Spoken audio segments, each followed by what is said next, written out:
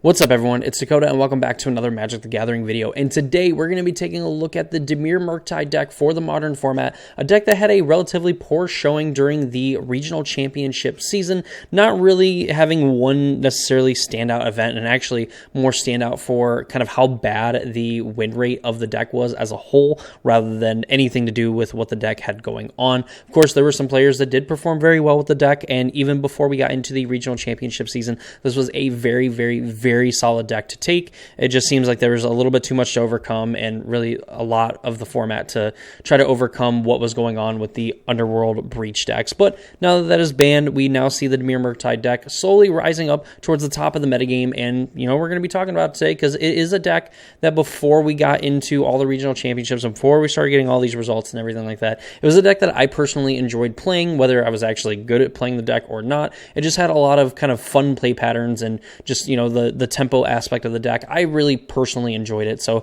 I'm kind of glad to see this deck start to kind of return to the metagame in true form. But before we get into anything with the Dimir Murktide deck, if you're not already subscribed to the channel and you want to see more videos from me where we talk mainly about the modern and standard formats as well as some other longer form videos, so if that interests you, please consider subscribing and ring that notification bell so you know when those videos get posted. It's a free, easy way to support me and my content, and I just please, if you think you are subscribed, just double check. I have plenty of people that I watch on YouTube that turns out I'm not subscribed to, even though I watch their videos like every day. So if you could just do that for me, I would greatly appreciate that. And also, if you want to go even further with your support, go ahead and check out the description down below where we're going to have the deck list linked for you, so you can go ahead and copy it and put it into Moto or whatever. You can end up like checking out the list and building it yourself in paper. You can also find my Twitch channel over there, twitch.tv/Crowd23, where you can see us go live playing a lot of Modern, and here lately we have been playing a little bit of Sealed/Limited in preparation for an RCQ coming up this weekend, which is going to be Sealed Tarkir Dragonstorm, which I do look forward to a lot. We also have a link to the Casual Spikes podcast, where me and my co-host Randy over at MTG with Randy talk about various different things going on in the Modern standard format, from metagames to any of the major events going on, and of course talking about some of the new cards from the new set as well when we kind of get there, when they come out and things like that. So definitely, if you want more content from me, that is another place that you can go to and look, where we try to post at least one episode a week. Lastly, I want to thank the sponsor of the channel, Manatraders. You can use my code in the description down below for 5% off your monthly subscription. You can play decks like this, you can play other sorts of decks, and use them or rent them on Magic the Gathering Online to then participate in various different leagues as well as other challenges to try to qualify for the Pro Tour through the online circuit. And I love Manatraders. They're super fast and easy to use.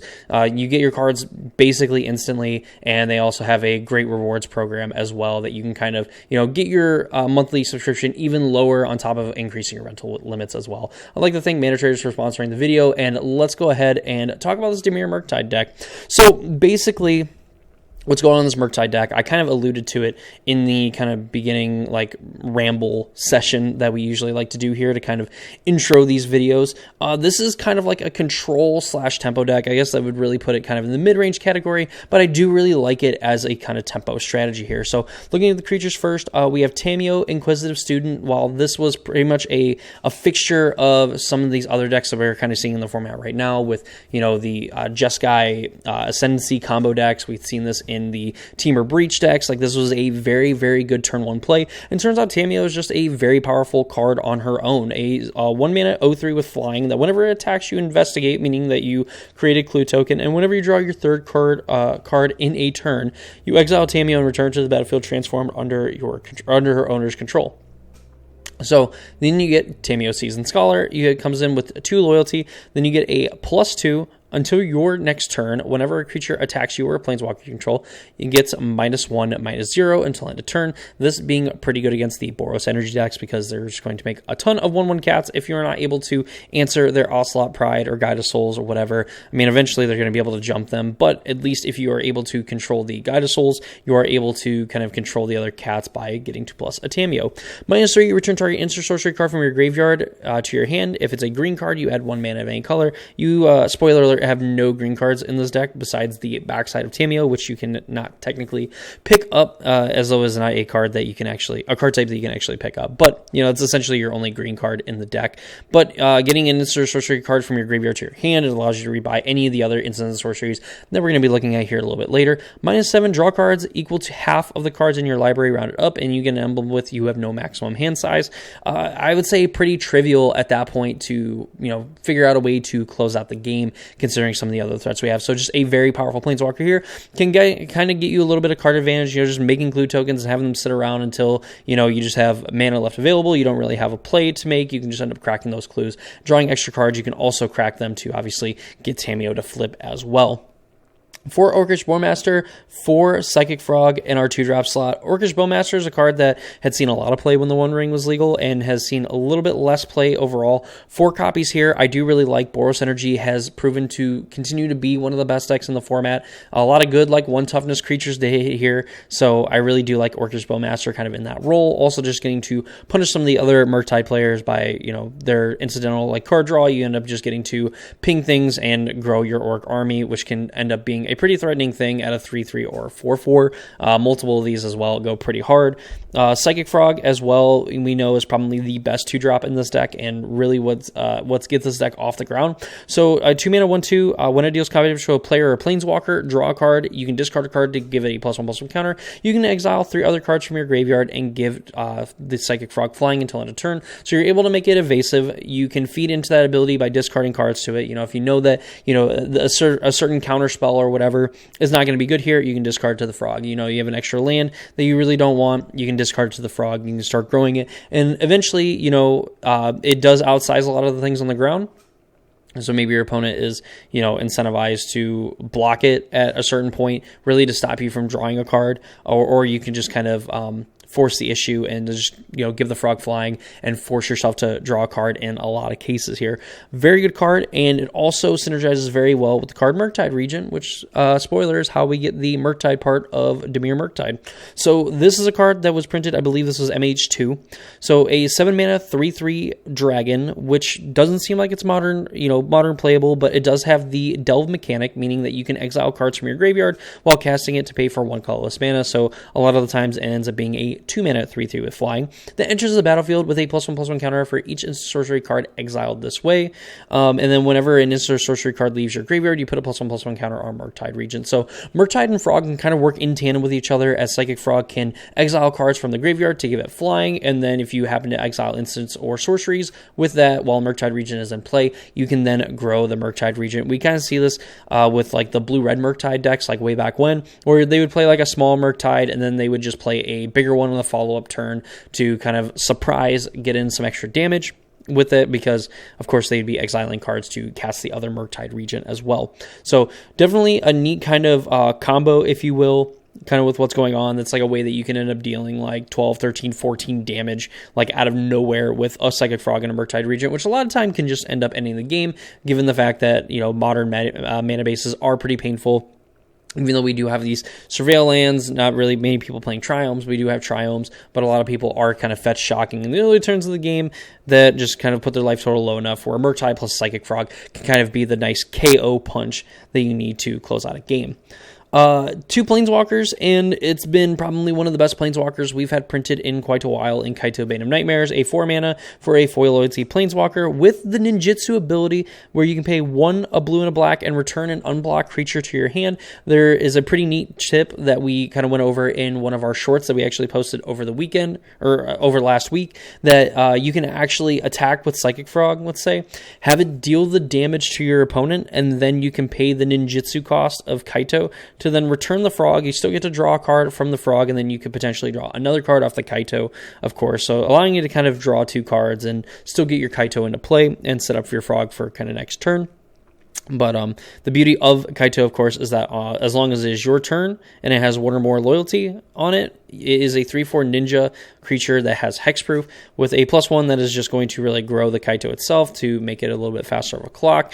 0 to surveil 2, and then you draw a card for each opponent who lost life this turn, and then -2, you tap target creature, put 2 stun counters on it. That ability is probably pretty, I'm not going to say underutilized, but I think is kind of underappreciated just for how long that like tapping an opponent's creature for 2 turns are when you're attacking with something like Psychic Frog and Murktide Regent and trying to get in with like Bowmaster tokens and things like that. Like that shutting down a creature for 2 turns is pretty hard for a lot of decks to kind of recover from, I would say, just from shutting down like their biggest creature or like their best creature is definitely pretty hurtful and pretty harmful to those players.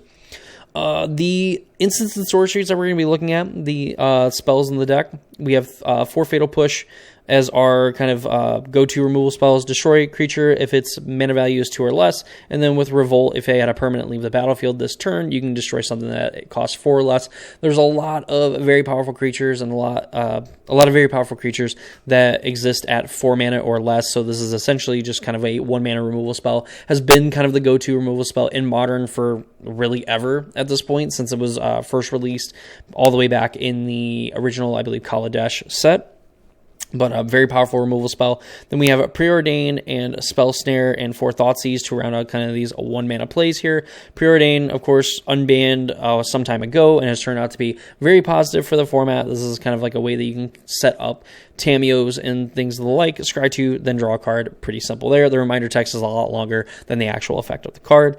Spell Snare, Counterspell with converted mana cost 2. There's a lot of very good 2-drops in a lot of these other decks that are kind of being played in the format here. You know, we have some of the talismans from the Eldrazi deck. Of course, we have some of the, the Goblin Bombardment. We have the Ajanis. We have, those being like the real big ones, Thraben Charms, things like that coming out of the Boros Energy deck. Of course, there's other 2-drops in there as well, but those are some of like the highlights, I would say, of the format currently. And Spell Snare just does a very efficient job of doing that, allowing you to play like one of your 1-drops, leave this up, and potentially play one of your other ones or leave up Spell Snare. Of course, 4 Thoughtseize, best discard spell probably in Modern. I would say probably one of the best discard spells ever that's not named like Mind Twist, Hymn to Turok, or Cabal Therapy. But, it's very simple. Target player reveals their hand. You choose an online card from it. That player discards a card and loses 2, and you lose 2 life.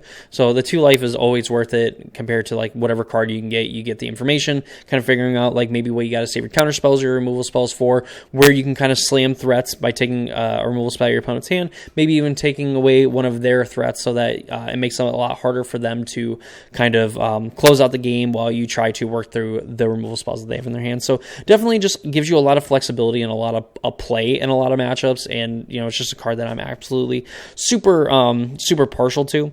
Counterspell, very simple. 2 blue, counter target spell. People thought this was too good for Modern for a while. Turns out it's just fine, and was even at one point, I would say, specifically before we had this previous ban and restricted announcement, it was actually kind of bad, I would say, in the format, but has definitely come back and has looked pretty good since. Dismember, give a creature -5/-5, either for 2 black and 1, or some combination of, 2 or 4 life and, a few mana. I would say a very good removal spell also in the format. There's a lot of times where you can kind of tag small-ish Murktides. Also put your opponent in some weird situations with Psychic Frog because you kind of force them to discard, like 4 cards out of their hand at the cost for you paying 4 life. So definitely if you can follow it up with like a Fatal Push or something like that, you can put your Dimir Murktide opponents into some pretty tricky spots. So, just in that being worth it. There's also a lot of good, creatures with 5 toughness or less kind of running around in the format too. So Dismember is just kind of a catch-all for all of them. 3 Force of Negation, 3 blue, counter target non-creature spell. If a spell's countered this way, you may put it into, or they exile it instead of putting it into the owner's graveyard. And of course, if it's not your turn, you can exile a blue card rather than paying Force of Negation's cost to do it. Always super necessary. Sorin's Ransom is kind of a new one to this deck. 1 a blue and a black. Choose a target or choose an opponent, and then you look at the top 4, or they look at the top 4 cards of your library and set them into a face down pile and a face up pile. You put one of the piles into your graveyard, and you put the other into your hand. And the ring tempts you, which of course is like this whole tree where you can choose like a ring bearer, and then as they deal damage, you end up getting to kind of move up on the ring track, as I understand it. Sink into Stupor. I hope that isn't a reminder text. Sink into Stupor. Essentially a land that you can pay 3 life for to have come play on tap for blue, or you can return target spell and non-land permanent an opponent controls to its owner's hand on the front side. Very nice. This is a way that you can counter uncounterable spells and, of course, get very annoying non-land permanents off the battlefield the opponent's control. Mana base, we have Bloodstained Mire, Flooded Strand, Marsh Flats, a Misty Rainforest, and Polluted Delta as our fetch lands. There is 2 Undercity Sewers in the deck, the Blue-Black Surveil land, 2 Dark Slick Shores, there is Double Island, 1 Swamp, 2 Watery Grave, and there's a Scalding Tarn hanging out here, and a basic Swamp. In the sideboard, 4 Cosine to Memory, very clean, easy. Stern Scolding is another very powerful creature counterspell that ends up hitting a lot of the stuff in the Boros Energy deck specifically. Also has some use cases outside of that matchup. Nihil Spellbomb at 2 copies, 1 Meathook Massacre, 3 Harbinger of the Seas, because Flood Moon and Blood Moon still can just win games out of nowhere. Jace the Mind Sculptor, a throwback to one of the greatest Planeswalkers of all time, now kind of relegated, maybe looking outside like the top 5 or maybe even the top 10 as well, which is a discussion that we can have at a later time. And the third Subtlety in the sideboard, which is a pretty good answer to just, being able to tap out and play your things and then use Subtlety to kind of take care of what your opponent has going on. And also really not a bad threat either, where if you just have 4 mana available to you, your opponent really doesn't have a spell that you want to counter, whatever the case may be, they just pass. Just playing this on your opponent's end step as like a 4 mana 3/3 flash flyer is totally fine in its own right as well. So that is the Dimir Murktide deck for the modern format. Overall, again, this is a deck that I really enjoyed playing. I love kind of the tempo nature of the deck, where a lot of the times on the play, you can just play a Psychic Frog, and then you force their removal spell.